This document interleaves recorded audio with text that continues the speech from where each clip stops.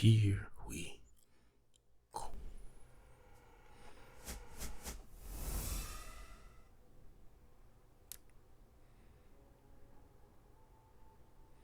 Although it may not seem like it, this happened quite a while back, probably over 10 years ago now. I was in the later years of high school, and I was home alone on this particular day. I thought he My was about to parents were say away at I a was in the wedding later that years of my required them life. to I was about to stay at say a hotel, shit. and my brother worked the night shift. At that time, my family lived in a very well-known East Coast city, in a blue-collar neighborhood. It was just starting to take a nosedive at the time. As a teenager, I was actually a little bit of a loner. I wasn't a nerd or anything like that, though. I was a big dude who had some I friends wasn't a and went on nerd. dates occasionally, but I was also a natural introvert. You know, This no meant I pussy really getting cherished the nerds. rare alone time that I got to have. This weekend, I was really looking forward to engaging in my normal empty house routine. You know, play some PlayStation on the big screen TV, order a late takeout dinner, either pizza or Chinese, and pig out while watching some Dragon Ball Z. At around 2 a.m., I fell asleep on the couch with my old dog Cecil. Wow. Cecil was a beagle as old as the hills themselves, and had been in our family for about 8 years altogether. Why did I think of all that?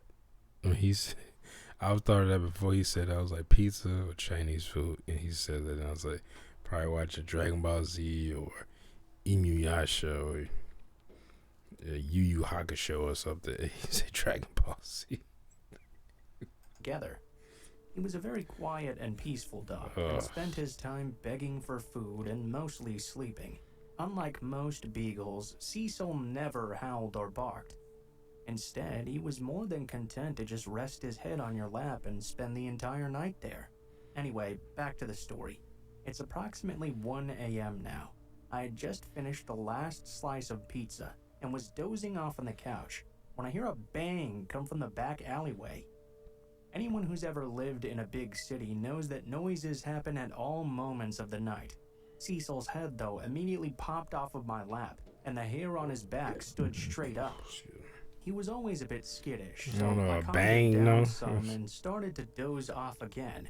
No more than 2 minutes later, though, I hear another huge bang, and Cecil did something I'd never seen him do before. He took a soaring leap off the couch and ran like the wind towards the door leading to the basement, barking and growling like a dog twice his size. Honestly, the look on his face reminded me of the German Shepherd canine unit. I'd never seen him like that before, which immediately got my adrenaline pumping. Just barely, through my dog's persistent barking, I could now make out a banging noise that was constant. I remembered there was a seldom used door in the basement that led directly to our back alleyway. It was old and rusted. And y'all ran in the basement. With a key. It also made a lot of noise. In that moment, I realized someone was now trying to break into my house through the basement door. A quick little bit of context for anyone who's never lived in a bad neighborhood before. If someone tries to get into your home, they move on immediately after they realize your door is shut tight, if they want your stuff. If someone is persistently trying to get into your house, despite the door being shut tight though, they're there for you. Knowing this, I rushed upstairs to grab I don't know about baseball that. bat I kept under I mean, my if they bed know you exactly home, for situations like this. I headed down to my I mean, I was like, I don't know about that. I mean, if they know you home, then they don't give a shit. Then they breaking and entering. I mean, I think most people who break and entering, do it when people aren't there. It's just like when people steal cars. They do it to, park cars. No one's in it. They ain't gotta worry about a human being, stuff like that. Now, like in Chicago, near where I live, we've had recently, well, I guess since really the pandemic really kind of took off, a lot of teenagers been holding people up at gunpoint, taking their cars, like, robbing them and taking their cars at gas stations and shit. So, I mean, we've had that. Really, for the most part, most people try to like break in the car, steal the car, if they know how to hotwire a car. A lot of these newer cars are hard to hotwire, but because even up here, I know it was something about because my brother's neighbor, somebody stole his catalytic converter. Like he came out, he saw them. Happened to look out his window and saw them in his front in his driveway underneath his car. He went outside like, "Hey, what y'all doing?" He said one of the guys pulled the gun on him and told him to get back inside. And he called my brother because they got exchanged numbers like years ago. And my brother is a police officer. And my brother has all types of guns in his house. He got his guns and he got my dad's guns. So and my brother, he couldn't wait to fucking like suit up, got put his vest on and all this stuff. And by the time he got out there, they had already. He said they had already left because I think they were almost done when the other guy had come out. And because there was two of them out there. One was underneath the car and one was standing beside it, like just watching out. He said they were already gone, but I mean, you see stuff like that. But for the most part, if someone is breaking, I don't think they and they persist and keep trying to break in. They're not necessarily there for you. Either they think they can get in quickly, or they don't know you're home, so they like, I got all the time in the world. Now in this situation, the dude is just banging on the door, on the cellar door, which is another thing I don't like. Cellar doors that lead outside in houses, I'd never liked that. But I just said just something now. There's another entry into your house that you can kind of be unaware of because and it goes through your cellar, you know. But they there for you. Like that's, I think that's a little bit. He's in. I think it's embellishing or whatever. I probably should have run, but I was a macho teenager with a tough guy complex. I was an idiot. While I'm heading down the stairs to my basement, Cecil blows past me with the speed and aggression of a dog half his age. Suddenly, I hear a man's voice call out, "Oh, fuck, damn it!" The banging suddenly stopped. I didn't call the cops or anyone else after that, which was probably the dumbest thing I've ever done. Instead, I sat up for the rest of the night with a baseball bat in my hand. My brother came home that morning, and I told him everything that happened. We went to the basement door to take a look at its shape, but when we gave it a tug to open it, the entire door just fell right off. This psycho was only one good shove away from getting inside, but thank God old Cecil scared him off in time. I'm pretty sure that lazy fat old boy just saved my life. When I tell this story to people, they dismiss his actions as a dog doing what a dog is supposed to do. But when I tell you Cecil never barked or moved that fast in his life, you can take that. Well, you never had anyone try to break into your house before. In that moment, the urgency, like he knew that door was about to give. And plus, that's another thing. Like just like he just said, the guy just gave up. If he was there for him, like, oh, I'm going in there to get him, to get the person inside. Ain't no dog gonna stop that. He's like, he would have a gun or something to handle that animal because they most likely have some type of weapon to handle a human. So that's like he just gave up, and then he's one good hit away from the door, just because he said they touched the door basically and it just fell off the hinges. So he was one good hit away from just knocking the door down. And you mean to tell me that the this dog barking scared him off, and you saying that, oh, if someone is banging on your door like this, they're there for you. Like I said, he probably didn't know anybody was no one was there. I was going to be in danger. Unfortunately, a few years back, we had to have him put down. He was just too old with no will to live anymore. Before the injection, I got one last moment alone with him. I thanked him one last time for his friendship and for what he did for me that night. At this point, I was a grown man with a wife and kids. I'm convinced that none of that would have happened if Cecil wasn't with me that night. Thanks, pal. I really miss you. He probably would have came in there because and you didn't make any noise or say anything. The dog made the noise and made the person stop. As soon as that door came out, the Back hinges in out the and swung 80s, that my back. Aunt Boom! Kay Right in was the in her early 20s or so. This was before she married my uncle, and when she would drive long distances back and forth between her parents and my uncle's to visit. It was a transitional period for them. He had just graduated, and she hadn't moved out yet to be with him. It was a long drive across several states, through the desert as well. Damn, several It took states. her many hours along the way. This desolate highway would have stretches of road that lasted hundreds of miles. Quite often, you wouldn't see a single other driver, let alone a gas station. Damn, we're So, driving Aunt in Kay the set desert out and somewhere? began one of these journeys. A couple of hours into the drive, Aunt Kay noticed a dark vehicle slowly catching up behind her. She barely noticed at first as she continued to sing along to Les Miserables until the vehicle got aggressively close. She turned off the music and looked over into her rear-view mirror, seeing the vehicle flash its brights and a hand pointing at her car motioning to pull over. Alarmed, she quickly slowed down and began to look for a good place to pull off the road. Something must be wrong with her car if this guy is doing this. Maybe. The second she began to pull off the road, though, He's like, she said, there's someone in the back clear as day, seat. "Don't pull over," in her mind.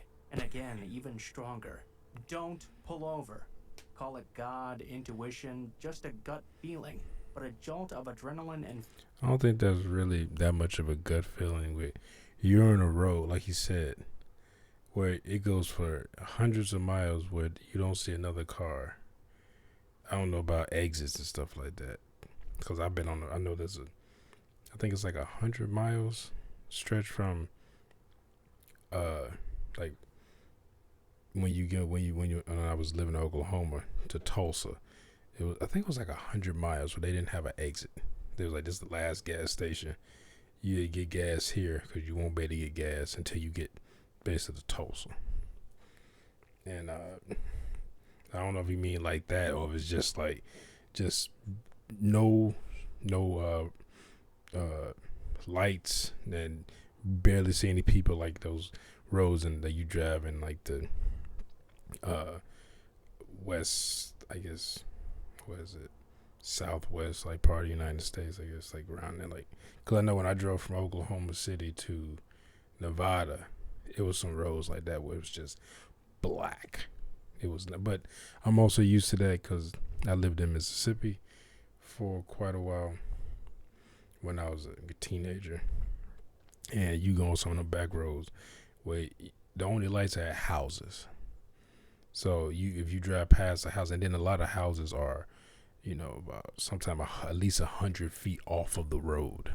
So you might see a light like in the distance when you're driving past a house like off the road, but there are no street lights, and it's just pitch black. I remember I used to cut my lights off whenever I was driving out like that at night. I used to cut my lights off just to see, and it just be blackness. Just, it was. I was just thinking, you had to walk out here, which I've seen people do. That a car break down or something, and they be out there walking and shit. I picked up some people like that, and they be out there walking. I picked them up and taking them home. I was like, yeah, I remember there was one guy I picked up. We drove, I want to say at least almost 25, 30 minutes. And I was like, man, you'd have had to walk here. Like, it would have taken you hours to get home. And he was like, yeah, man.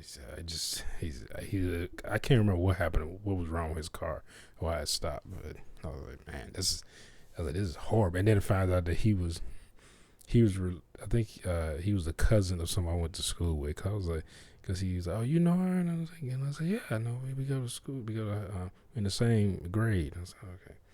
But yeah, you're on the road. Hardly any cars. This car pulls up behind you very aggressively, and it's like right behind you, blowing that horn and pointing at your car, like they motioning you to pull over. And you like, oh, I got the intuition to not pull over. Yeah, no shit. Like, like I said, there's an axe murderer in the backseat. Like, well, pull over for what? Like, unless your tire's about to fall off, maybe like your tire wobbling or something like that. and they trying to tell you, like maybe, but no one will pull up behind you and be that concerned, like gesturing for you to pull off to the side and stuff like that. In on this stretch of road with no lights, and now just you in this other car. Like, I'm good. I'm like, Fear shot through her body as she slammed the gas and peeled out onto the highway. Heart pumping, Aunt Kay silently asked herself what the hell that was as she saw the vehicle peel out right behind her. The dark damn, they vehicle determined. continued to follow closely, flashing their brights and motioning for her to pull over. Fear and confusion. It'd be set funny. in They further. actually the good people Aunt like trying to Kay help began her. to question just what was going on. Why was this driver motioning so hard for her to pull over? There must be something wrong with her car, right? But then what the hell was that warning she just felt from her instincts? It would have been a severe situation if her car broke down out there, especially before the time of cell phones. But instead, Ooh, she yeah. pressed on. Just as her resolve started to waver, she began questioning if she truly did feel what she just felt. She started slowing back down when the dark vehicle began to pick up speed. It entered into the oncoming traffic lane and came level to my aunt's car. The driver smiled, motioned, and pointed. He mouthed the words "pull over" to my aunt through the Okay, window. no, this person's She said in a the freak. moment she looked into his eyes, she could feel this guy was evil. She described this horribly sick feeling in the pit of her stomach, and again heard the words come to her head. Don't And his pull over. name He was described John as Wayne a Gacy. greasy, scary-looking man Well, no, who was John Wayne missing a Gacy couple of teeth like in his killing smile. boys She'll or never men. forget that smile that sent chills through her that night. Not As Jeffrey quickly as though Dahmer. Annie Ted thought Bundy. She had him pulling over. Instead, she put the pedal to the metal to try and lose him. Or the He chased BTK after her. killer. She slowed down, he slowed down. She would speed up. He'd speed up right on point. It got to the point where he began to try to push her car off the road. Oh wow, this Now dude's she was on the determined. verge of tears as this creep continued to terrorize her all alone, stuck out here in the middle of nowhere. Finally, after what felt like an eternity of chasing, Aunt Kay saw a couple of semis off in the distance. She felt if only she could get close, or even in between those trucks, she would now be safe. She slammed on the gas.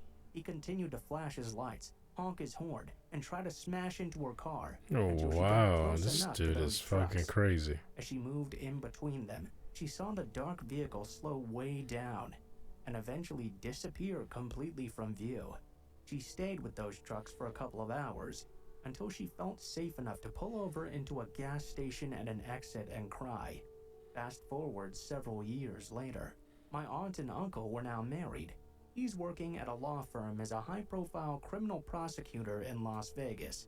She No, was see, now Las a full-time Vegas, mom yeah. of several young children. Now, since I've known my aunt, she's been obsessed with true crime. Dateline, 2020, Unsolved Mysteries, Forensic Files, these were always playing at their Unsolved house Mysteries was my shit nonstop. when I was a And kid. this day was no different. She was there folding laundry in the kitchen while listening to the TV in the other room. The interviewer was talking about a man who was now being interviewed on death row.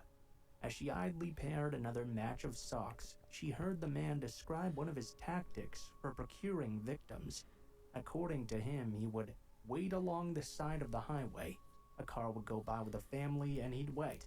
Another car with a male driver would go by. He'd still wait. But every He now wanted and a then, female. a car would go by with a pretty young woman driving all alone. So he'd pull out behind him and follow them, flash his brights, honk, and motion for him to pull over. Aunt Kay, paralyzed, continued to listen. You know, when they eventually would pull over, I'd tell them to pop the hood, and I'd be able to tell them what was wrong with their car. They would, and I'd yank a couple of random wires. When the car wouldn't start after that, I'd tell them, no problems. My buddy has a shop in the next town over. I can give you a ride, and he'll give you a real fair deal. My aunt slowly moved to the living room. Wait a minute. Okay, so they popped the hood, and as soon as the hood comes, he just yank out some wires. I'm like, it's interesting that my car was fine. That it was no trouble, no nothing for you to be able to indicate that there's an electrical problem. Because Cause he talking about yanking wires. So that to me that mean there was some type of electrical problem with the car, which you can't see, like just looking at a car. And you yank out some wires, and then now my car won't start, or it's making, or it won't, whatever wire, I don't know, whatever wires he yanked out. And he's, oh, I can give you a ride to the next town. I'm like, okay. I was like, well, I had a knife, come up, walked up behind him, put it right at his step, like, do fix whatever you did to my car, or I'm gonna carve your throat out. It's like, I was like, nigga, that's bullshit. Your car was fine. You had no trouble with your car. And then also this motherfucker is under your hood before you can, when you pop the hood and before you can walk around, they yank something out. I'm like, oh, I see what the problem is this. And, or they say, he's like, I think I know what the problem is, but I can drive you to a friend of mine to fix your, to where they can come out and tow you back and fix your car. Like, fuck out of here. They'd get in and I'd been kill him, you know. Bury him anywhere out in the desert. It's not like they'd ever find all the bodies. I mean, I can't even count myself. When asked how many times he did this, he responded he had no idea. And how many got away? 2 or 3. My aunt stood Damn, how alone, many staring into the times same did you do toothless it? grin she'd seen on the highway that day. It was Henry Lee Lucas. Henry Lee Lucas.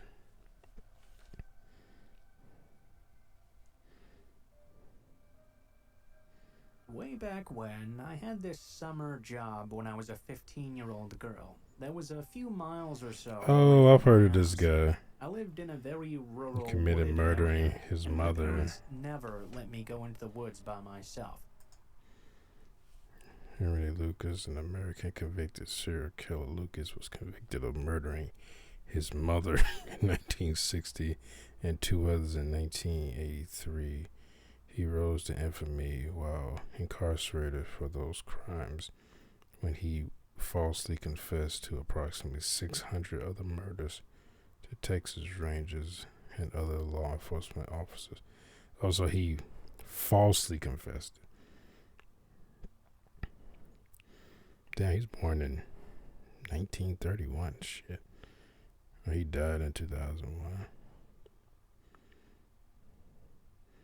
Nicknamed the Confession Killer, the Deadly Drifter. So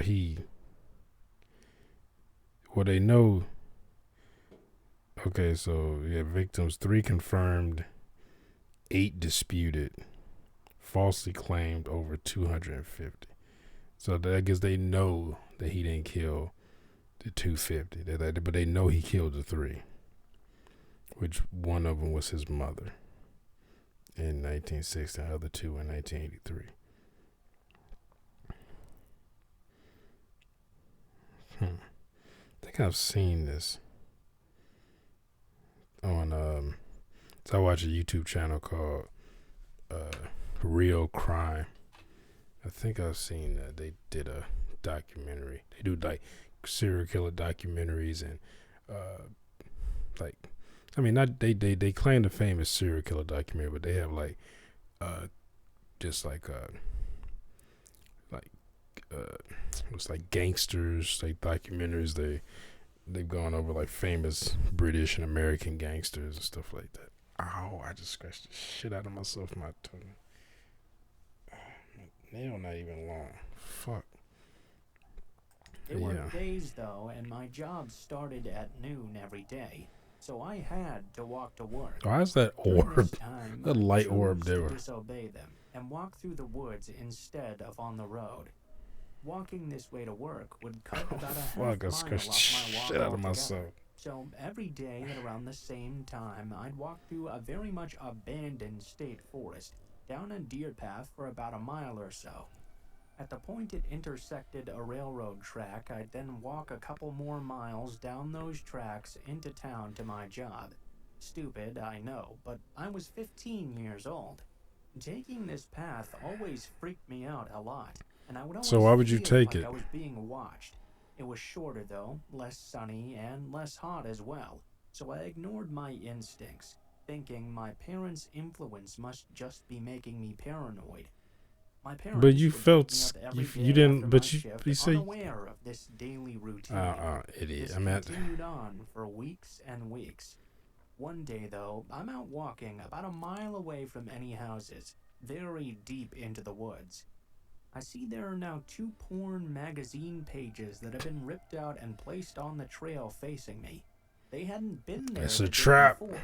I was completely creeped out, as these were It's a clearly trap. intentionally placed, probably for me, That was since a I didn't know 15-year-old anyone boy. else who Porn is utilized definitely this his area. Achilles heel. I kept walking, though. If I turned around at this point, I'd have further to go to get out of the woods. Then there was a huge hill to climb to get back to my house as well. No one would be around there to help me anyway. This particular section was a densely wooded area with brambles and dogwood, rolling hills as well, so I couldn't see particularly far in any direction. Suddenly, I could hear someone else walking close by. I stopped in my tracks.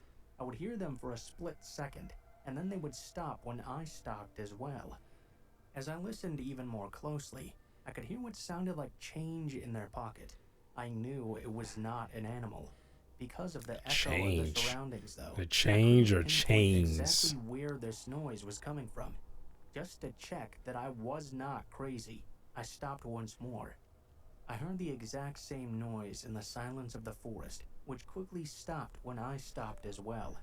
Now I knew I was being followed. My heart was racing with fear. My vision went blurry, but my instincts told me not to speak out, not to run. Just keep walking down this dense deer path, further out into the woods.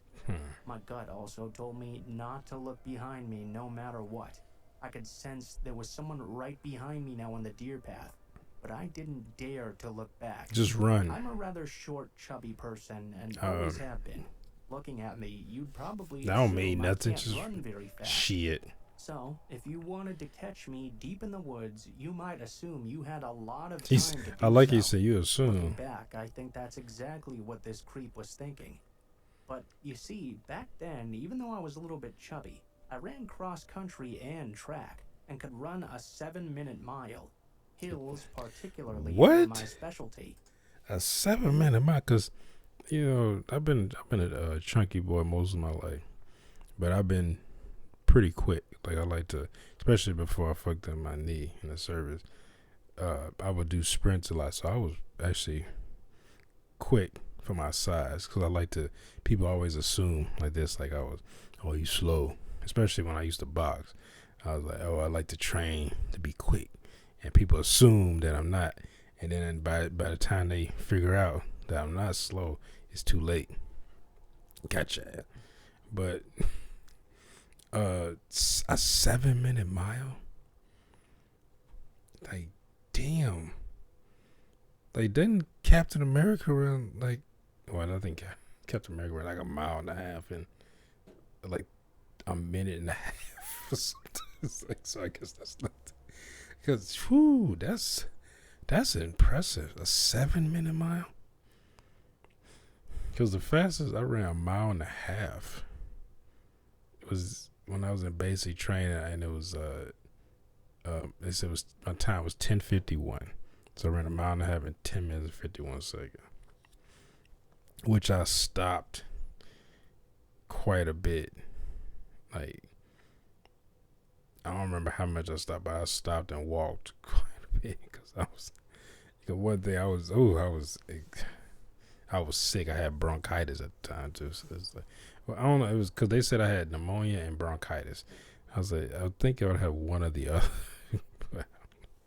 All I know is I felt like I was dying. Like I was when I first went to the hospital. I felt like I was drowning in my own fluids.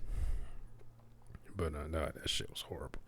But yeah, that's the fastest I ran. I think because there was people that ran like way faster than me. I know one guy, he ran a mile and a half in like 9, I think it was like 9:11 or 9:12 or something. Because I think the fastest, because they had the way you can go to the gym. They had these different gyms. Like, oh, if you run your mile and a half in this time period, that you can go to. It was, I think one was called like a Thunderbolt gym, and I can't remember the other one. But I remember he was allowed to go to that gym if he was stationed there, but he wasn't. He was stationed. I forget where he said. He said he was gonna be stationed. Cause I was like, how do you know where he gonna be stationed? I didn't even know where I was gonna be stationed. So I went to tech school. But he's like, he said he knew he was gonna be stationed because I guess maybe where he was, his job had very few bases, so he knew already where he was gonna go. But also I think no, he would not. That was a different person because that guy was in the guard.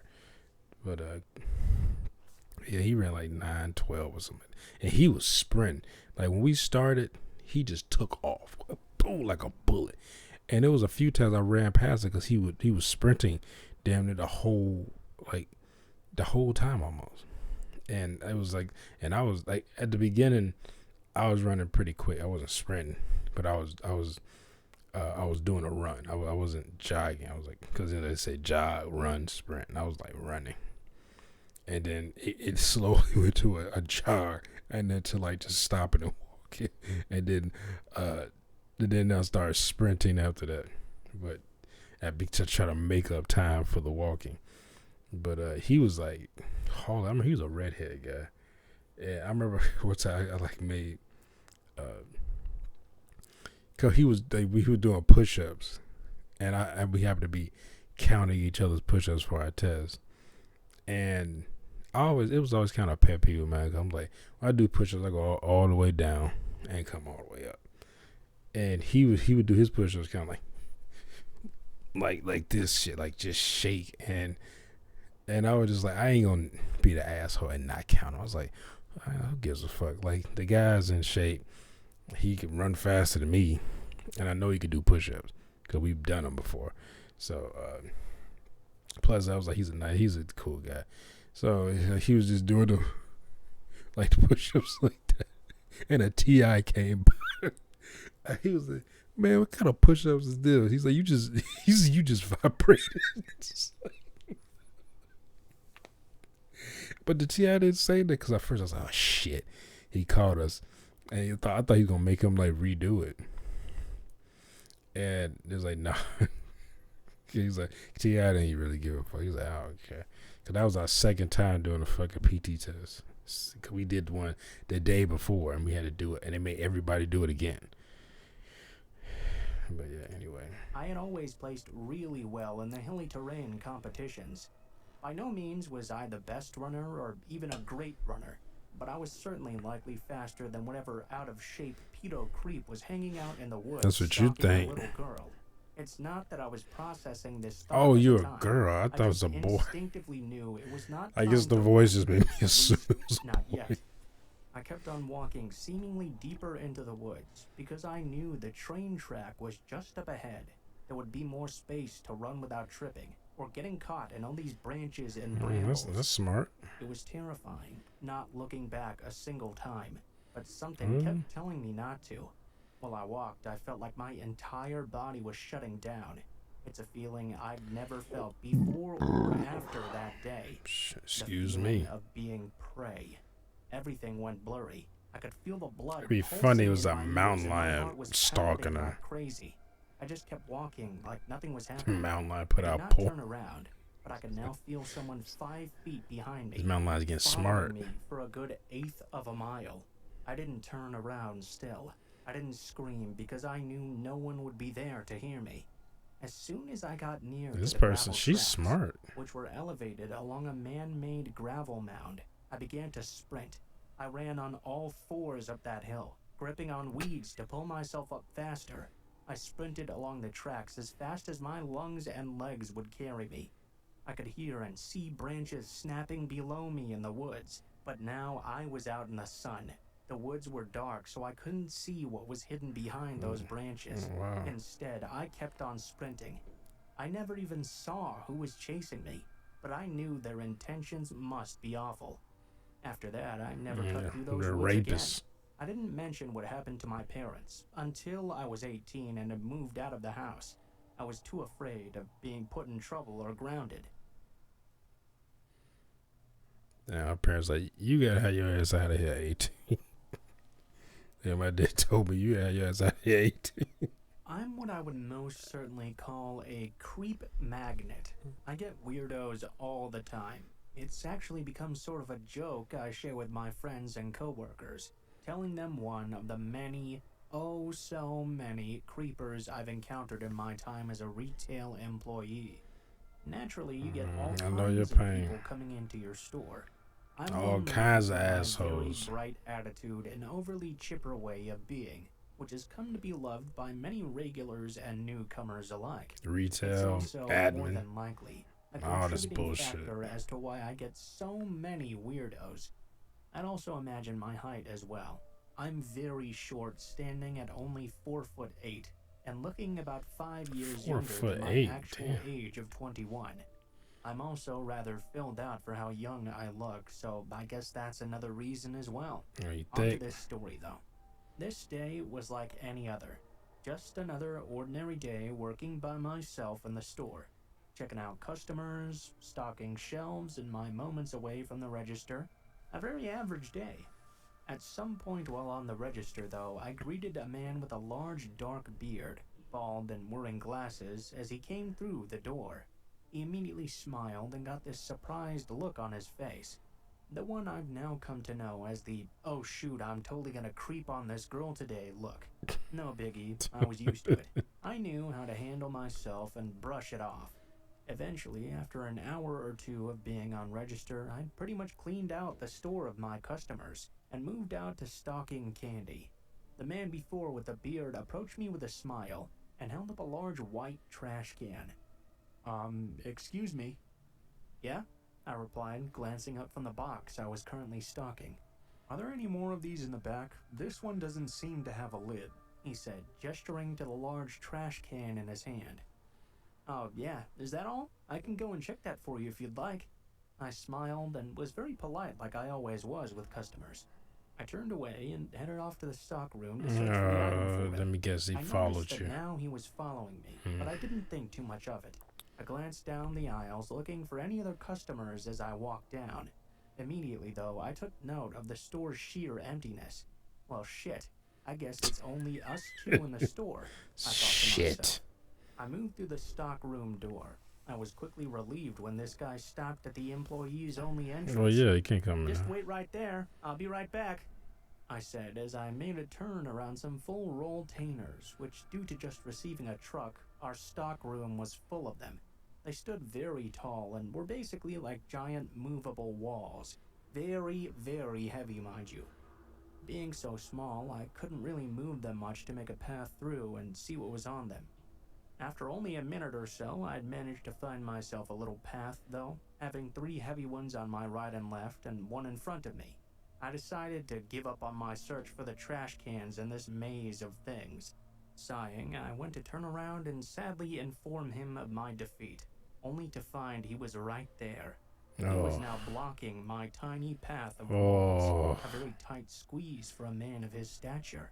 He was standing directly behind me. He leaned in to whisper to me, "You find him?" No, hell no. I don't think we have Fuck any." out here. I tried to laugh and avoid acknowledging just how creepy this was, but I was very aware of my surroundings. Like, we ain't I found was shit. trapped in this small area, with walls at my back and sides towering over myself. This large man was standing in the way of my only exit, in a room very far from any other people. No cameras, no other employees in the store. I was helpless.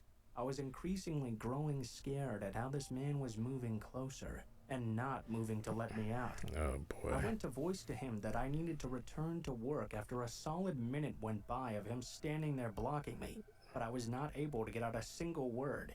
He said in a creepy, almost shy kind of voice, "You're just the cutest little thing." Oh, fuck You know that? off. Within an instant, I could feel the ill intention from this guy. Oh my god, this is how I die, I thought to myself. Surprising myself, though, I choked out without thinking. I think I just heard my bell. What? He looked confused and didn't budge a single inch. I just heard my bell. There are people up front who need to be checked out and are looking for me right now. I stood there nervously, knowing full well neither of us had heard the familiar ching from the service bell I keep on the register. But what about my items? He asked, stepping right in front of me. He took a glance back toward the trash can. Again, with my lightning thinking, I blurted out, I'll mark it down half price, no big deal. I laughed, trying to act like nothing was out of the ordinary. It seemed he was caught off guard by this. I slipped by him. He's like, doesn't she know I want to rape her? I tried my hardest to walk away, pretending to be calm as I exited that room. I then sprinted to the front of the store the moment I was out of sight. Of course, after that, he left without even staying to purchase a single thing. Oh boy. See, this is what, like, I remember when I was young and I had female employees like, hey, can you follow me here or follow me, like, especially dealing with customers or something like that, or just being around other people that we were working with, like we work in a warehouse that they felt uncomfortable around, and they asked me to go with them. And when I was young, at first I didn't really, because it was like I didn't realize that they felt uncomfortable around this person because I didn't see it, why they felt uncomfortable. They would just ask me, and I was like, okay, maybe they just might need somebody that can lift something heavy, you know. But then, like, thinking about it at the time and even now, I was like, oh, they were nervous. Like, just thinking about the people they were around. Like, it was one particular, I remember at UPS I worked at when I was, how old was I? Well, I was 20 when I got the job. I was 21 when I left, because I went into the military. But I remember it was a chick that we had to go to the maintenance area sometimes, because sometimes I would do that. And we had to pick up, like, they had like the labels that we were supposed to put, because I worked in a place called Small Sort. I was like, why didn't they just have the labels up here? Which they ended up changing and putting them up there. But we had to go, sometimes we would run out in certain areas, so we had to go to the maintenance, like this maintenance area that was gated in, and pick them up. And apparently this chick had been going over there, and then one time she asked me, because I had pretty much cleaned my, my area was pretty much clear, and I was waiting for more packages to come down the chute so I could bag them. And she's like, hey, can you go over here with me? So I was like, yeah, let me tell the supervisor I'm going to. And I told her, hey, so-and-so want me to go with her to get the labels and stuff. And she was like, okay. And because it's usually always these two or sometimes it was three. Well, actually, most time it was three. Because one guy, he was damn near always there. He's a bald head guy. And then we had, because it was two supervisors, and then it was like this section supervisor who was over the whole, I guess, section. And he wore like a maroon shirt, and the other two wore like blue shirts. And I remember going with her, and I remember there's a guy kept talking to her. He kept trying to like start a conversation talking to her, and you could tell, like, just looking at her, like, she seems uncomfortable. And then I would talk. He would barely even talk to me. Yeah, and I would talk, and I was like, try to make like small talk, you know. And then I remember we went there a few times, and I remember when I walked out, I was like, where are the labels at? And then he's like, hey, he said, oh, hi to you too. And I said, hi, where are the labels? Cause actually, we were in a hurry because we were backed up that day. And the supervisors, cause I was like, what, the supervisors come get these damn labels? Why we gotta come get them? And and he told me what the labels. I got the labels, and I was like, all right, thanks. And then we walked out. And I remember she was like sometime after that, she was like, I appreciate you going with me over that, stuff like that. She never said why. Like, she felt uncomfortable. But it was almost, I was just like, oh yeah, of course. You know, it's like, no big deal. Because at the time, it was like, it seemed like she was uncomfortable, but then at the time, I was like, Maybe I'm overthinking it, because I always do that where like I see something, or I notice something, or I get a sense of something, but I always like, I'm just probably just overthinking it, you know. Just, and I was thinking about it, and how that dude was talking to her. I'm like, yeah, you, because other girls, like I remember when I was at Disney World, girls just straight up told me that they felt uncomfortable going to certain places or going being around people we work with or something like that. You know, it's like, and I was like, oh yeah, I go over there. Which I remember it was a girl I was working with. She was new, and it was a customer being real creepy towards her. And I had to, and she walked over to me and was just and like started just a conversation with me. And I'm standing there, and I was like, yeah, I'm just talking to her. And I saw her talking to the customer, but I couldn't hear what was going on. And she came over to me. She just started talking, and the customer was kind of like follow behind. But then she came to me and started talking. He kind of like stopped and was just like, kind of like he didn't know what to do, and they just walked off. And I was like looking at him, and I looked at her, and I kind of got a sense like what was going on. I said, "Is everything all right?" And she was like, "Yeah, yeah." She said, "God, I was just being kind of creepy," and I was like, "Creepy." That's all right. Well, I said, "What?" I said, "Won't you just?" I said, "Well, since we in the like close to the same area," I said, "Won't you just walk around with me for a while?" And then so we kind of, walked around doing our like outside and doing our. Because I can't remember if we were doing bathrooms or trash that day. But I know it was because a lot of time I would go outside and just sweep just to do something. But if you're doing bathrooms, you weren't supposed to do that. That was for the trash people. But I would do it something both times, like if I was doing trash or bathrooms. And I think you only had to. They only really want you to sweep in front of your bathroom. But yeah, we just walked together. And I was like, and it was fine. I didn't see that guy again. At least I didn't see him. Like he might have been around, but I didn't see him. But yeah, it's just, you gotta be careful out there because creepers. So this happened around 9 years ago when I was 11 or so. Changed all the names, of course, but this is certainly fucked up. There was this girl at school named Amy who Expect him really to didn't curse. have very many friends. She was very quiet, and honestly, I thought she was a bit strange. I felt, though, like it would be nice to befriend her. So, we started talking, and she actually turned out to be really nice. We became best of friends rather quickly. It got to the point even where I'd spend every weekend at her house. We would even walk to I school hope the together in the girl's not morning. creepy. Even at my young It's like one of age, her though, I could parents tell are right creepy. away that there was something weird about her dad, Kevin. Okay, He her was dad. very interested in me, it seems. Excuse me. Always tried to play fight and stuff, which is weird in and of He's itself. trying to touch you. Whenever he was around, I would just feel like something was wrong. He was a short, fat man with gray and white hair. He always had this weird smirk on his face and really wide eyes, too. It started off with stealing bits of my food whenever I wasn't looking, then laughing and making sure to put his arms around my shoulders to apologize. He'd always show up wherever we were, upstairs, downstairs, in the garden. He'd always be lurking around somewhere whenever I was over. I remember there was this day that Amy's non was visiting, Amy's mother's mom, and Kevin I just was like, kissed her nah. right on the mouth hello. It was so weird, but then it turned into the creepiest, sloppiest French kiss right in front of us. Everyone except me and Amy found it very funny. She put on this forced smile when her family looked over, but I was completely horrified. Maybe I shouldn't What? have gone back after that, but I felt Yeah, like I you had shouldn't to, have. for Amy. After that, there was this day where we were playing in her room. Kevin came in and started up an argument over nothing.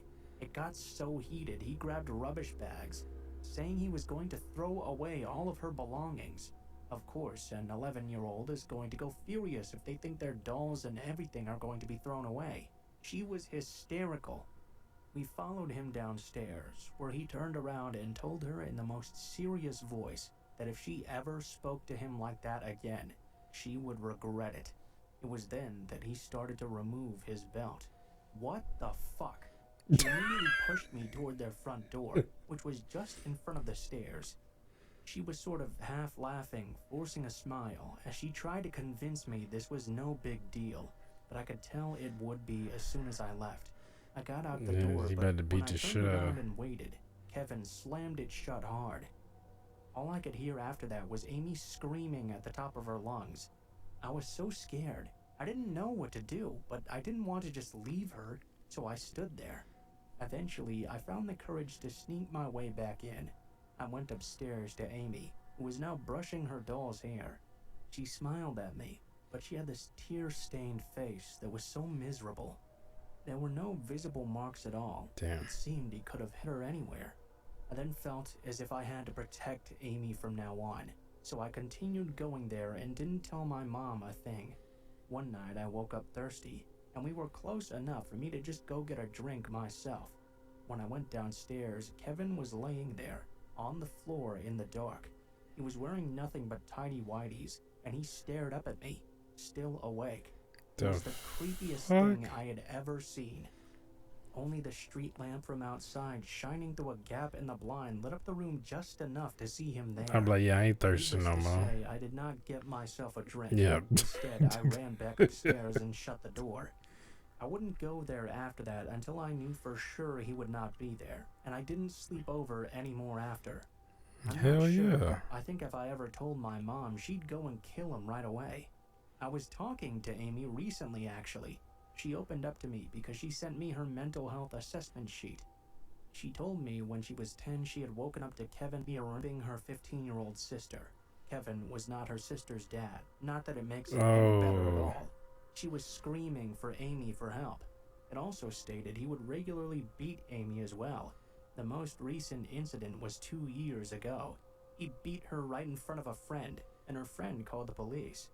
I told her all of the things I'd seen back in the day and how I knew something wasn't right.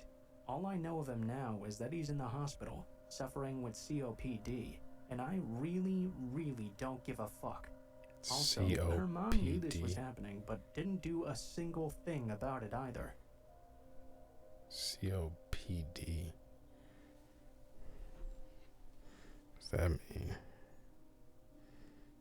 More than a few years ago, I was working as a burlesque entertainer in a gentleman's club and was idly sitting at the end of the bar one night when this couple came in. Not exactly unusual. I had no contact with them and thought nothing of their being there. Chronic obstructive A few days pulmonary after that disease. night, That can't be handed it. me a piece of paper that Oh, had maybe 2 it is. names and phone numbers written down on it. Laura and Richard. I was supposed to call one of them or something, so I called up Laura, who told me they had been the couple who had been at the bar the other night. They said they'd noticed me and thought I would be perfect for a part in a movie Richard was now producing. Would I be up for a meeting, perhaps? Of course I would. Who wouldn't?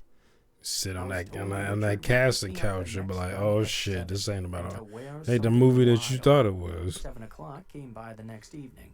I was ready in a white lace dress with an ostrich feather trim when Richard showed up outside my building. I went down, introduced myself, and got into the car. We agreed to go to a local bar I knew very well for the meeting.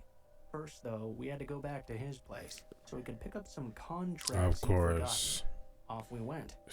He disappeared inside the house and came back out holding a few manila envelopes and an open bottle of beer. A brand I didn't drink, mind you. Plus, it was against the law to drink alcohol in a vehicle here. I stuck the beer into the window well of his Jeep, and we went off to the bar. When we arrived, he showed me the supposedly scripts from this movie he was producing. Some contracts. Honestly, it looked pretty legit. Richard was also very nice and polite as well, and I was interested in doing this role.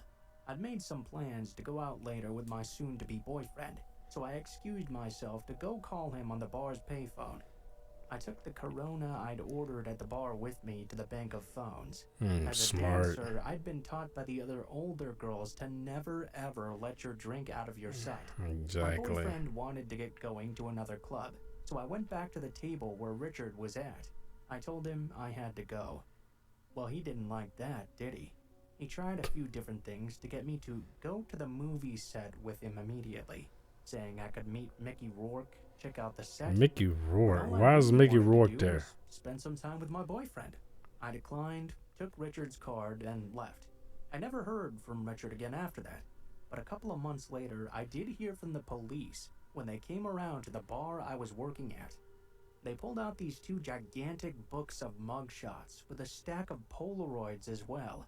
They said they wanted to talk to all of us about this predator couple who had been setting up meetings with dancers by saying they were in the film industry, then drugging them, raping them, and attacking them.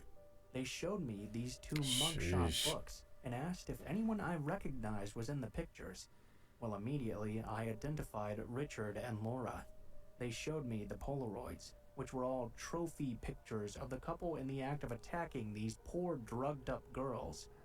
They asked if anyone knew any of the victims and where they might find them in order to talk to them. I only knew a couple of the women in the photographs, but there were a lot this had happened to. Richard and Laura were thoroughly prosecuted. He went to jail, but she did not. This is because she was from a wealthy What? family Oh, and also fuck turned a that. witness on him. Oh, About 12 she years snitched after on. Richard was convicted, I saw in the newspaper he was up for the Fuck that. That possibility bitch of need to go to parole. jail too. I wrote down a letter to the parole board telling this story and urging them not to ever let him back out. He was obviously a dangerous offender who should stay in prison for the entirety of his sentence. If I hadn't thought about it and drunk that open beer he had just offhanded to me in his Jeep on the way to that meeting, I would never have made it to the meeting, Yeah, you and I been fucked probably would up. have ended up in that stack of Polaroids. Girls and guys, always, Wow. always keep an eye on your drinks. Dude, Have fun, but make there's sure equal to be opportunities. careful when you're out and about, okay?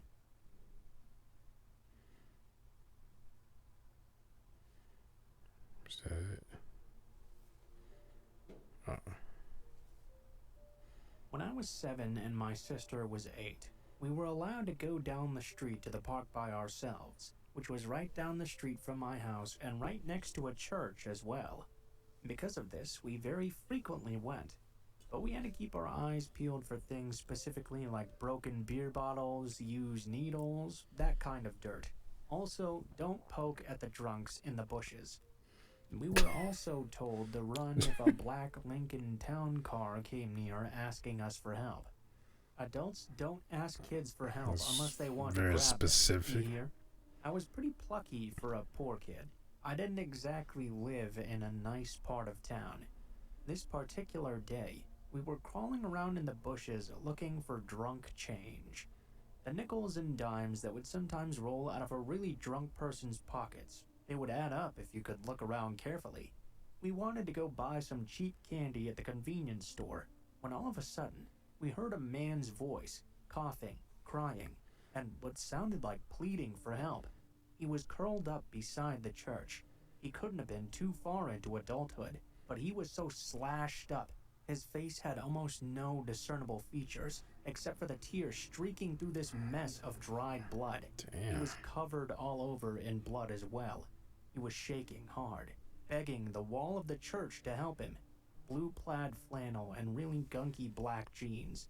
All over, just black-brown runnels of dried blood, and small cuts all over as well. A particularly bad one going almost all the way through his leg. I'm guessing he had lost a lot of blood. He was absolutely wrecked. We went over, and my older sister told me to stay there with him. Shit, go call the She was going police. to try and get some help.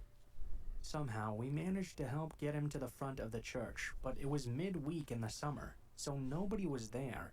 I sat there with this trembling, weeping young man, keeping my hands to myself. He was still oozing blood from cuts everywhere. I had to keep repeatedly Damn, telling what the him fuck help was on happened the to this way. dude? Well, my sister went home and forgot about me.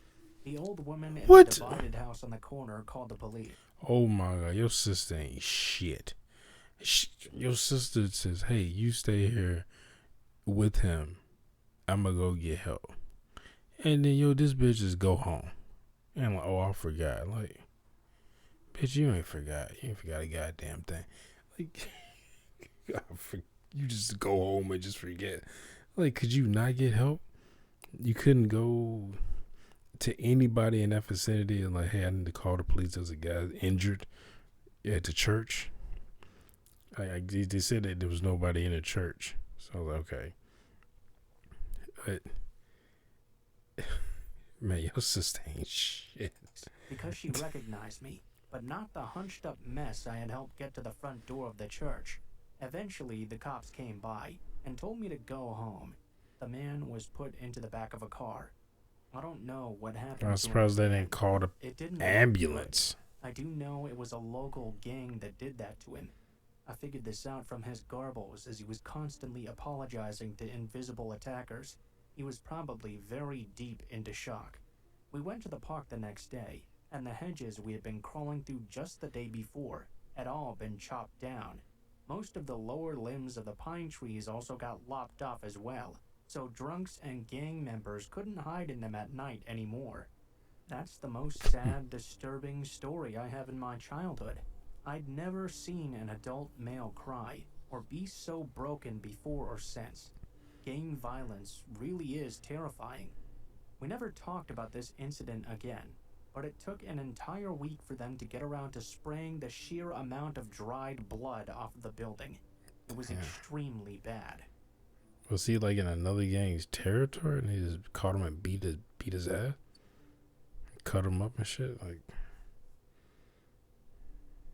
I've shared this before elsewhere, but I figured I'd share it here as well. In high school, I used to hang out with my friend named John almost every day. When we first began hanging out at this house, I would sometimes hear disembodied footsteps every now and then. Very often, though, I would see what looked like a shadow of a person out of the corner of my eye, only to have it disappear moments later. After a month or so of this, I finally mentioned this to my friend. He got mad almost immediately and demanded to know who had told me he had seen these shadow people. He begged me to not joke around with him about something so serious. You need to back the fuck up. I assured him that it was no joke. Soon, we began to hear laughter when we knew no one else was home. Doors would shut by themselves, and the TV I'd be like, I'm gonna head out. One day, after these experiences had grown more and more intense and more frequent over time, I mentioned to my friend trying to bless the house. The instant this left my mouth, a box sitting on a nearby counter flew off the counter and almost smacked me in the head. It sounds completely unbelievable, but it was the single most terrifying experience of my life. My friend and I quickly grabbed up some holy water and sprinkled it around the house while saying a prayer. Holy water? What are these demons? Months later, my friend came to stay at my lake house with me for a weekend. At one point in the night, we both thought we saw a shadow person, but we decided to pass it off as nothing. Later that night, though, we woke up to what sounded like voices emanating from the living room. He went to go investigate, thinking someone may have broken in, while I stayed put. A few moments later, I heard the sound of someone thundering down the hallway. I ran out to see why my friend was running, but he was not in the house. Instead, my friend was outside on the porch. He came inside, saying he'd heard that loud noise from the house too, and he thought it had been me. Nothing else happened for the rest of the weekend. Hey, it's time to leave. The next time I went to that house, after it had sat empty for about a week, a picture frame with my photo in it had been ripped off the wall and thrown down the hall. I also noticed all of the this spirit don't like your ass on top of one another and in the very middle of the couch as well. I stopped hanging out with John after this, and I never really experienced anything of that sort again. I don't know if he was cursed or haunted or what, but it was so weird. Why they hate you? They took a picture of him off the wall and threw it down the hallway. It's like whatever this is, don't seem to like your ass. Shit.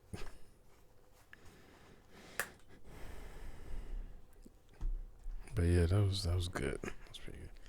Anyway, if you enjoyed my reaction, I hope you would give it a thumbs up. Hit that bell if you want to be notified when I upload new videos. Comment down below. Share this video. I'll see y'all next time. Peace.